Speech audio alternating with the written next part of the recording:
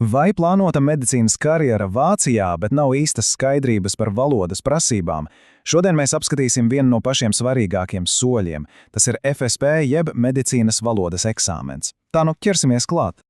Redziet, lai Vācijā praktizētu kā ārsts, izcila medicīniskā izglītība ir tikai puse no uzvaras. Ceļā stāv vēl viens ļoti specifisks pārbaudījums.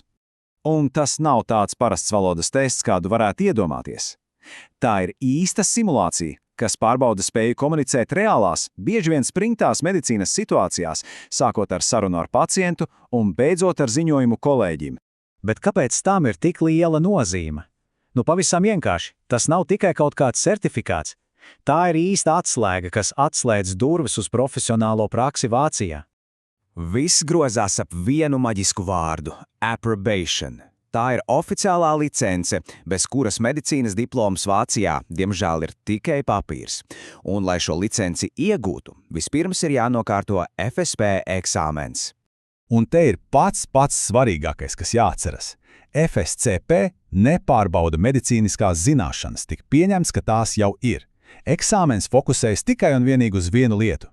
Vai ir spēja skaidri, precīzi un pārliecinoši sazināties medicīnas vidē vāciski?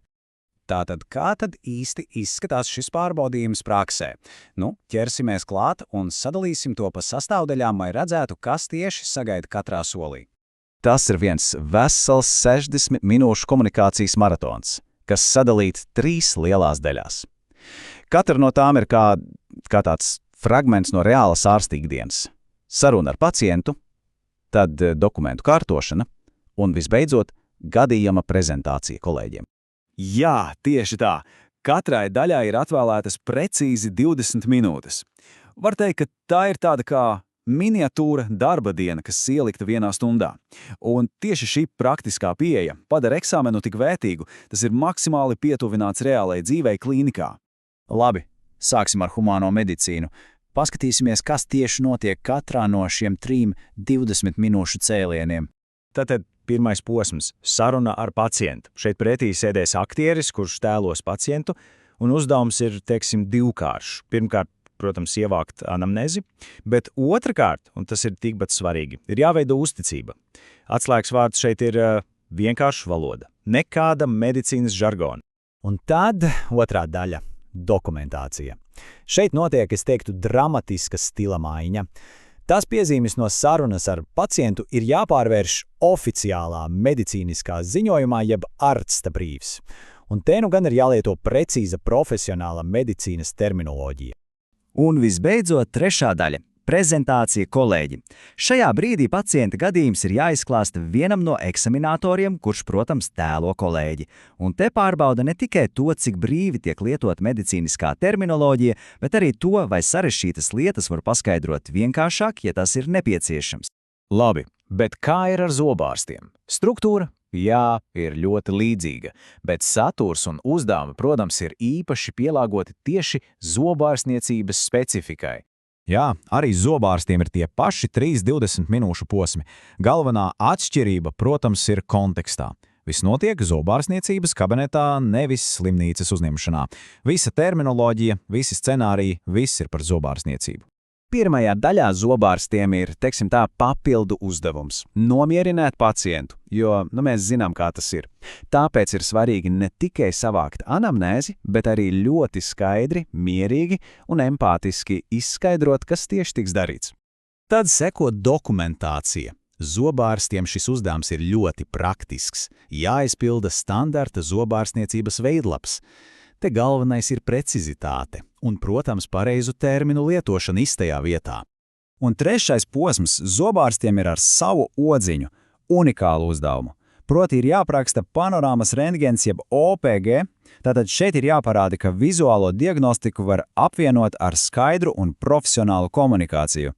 Labi. Tagad, kad ir skaidrs, kas sagaida, pats galvenais jautājums, kā tam visam vislabāk sagatavoties. Paskatīsimies, kādi ir priekšnoteikumi un kas tad ir tās veiksmes atslēgas. Šeit ir daži ļoti svarīgi fakti, kas jāņem vērā. Pirmkārt, lai vispār tiktu pielaists pie eksāmena, kabatā ir jābūt vismaz B2 līmeņa vācu valodas certifikātam. Otrkārt, te nav nekādu atzīmju, ir tikai ieskaitīts vai neieskaitīts. Un trešais, kas ir būtiski, ja neizdodas, tad viss eksāmens jākārto no pašiem pamatiem, viss no jauna. Un te mēs nonākam pie galvenā izaicinājuma. Būtībā ir jābūt gandrīz vai divvalodīgam vienas valodas ietvaros. Tas nozīmē spēt runāt vienkārši, saprotami, empātiski ar pacientiem, un tad, klik, acu mirklī pārslēgties uz superprecīzu, tehnisku valodu sarunā ar kolēģi. Jā, tas viss varbūt izklausās sarežģīti, bet ir arī ļoti labas ziņas. Specializētie sagatavošanās kursi var lepoties ar sekmības rādītāju, kas tuvojas 100%, un ko tas nozīmē? Tas nozīmē, ka ar pareizu, mērķtiecīgu gatavošanos šo eksāmenu nokārtot ir absolūti reāli. Galu galā viss ir par komunikāciju. Ir svarīgi atcerēties, ka eksaminatori nemeklē sīkas gramatikas kļūbes. Viņi meklē pārliecību. Viņi grib redzēt, ka cilvēks ir gatavs droši un efektīvi iekļauties Vācijas medicīnas sistēmā.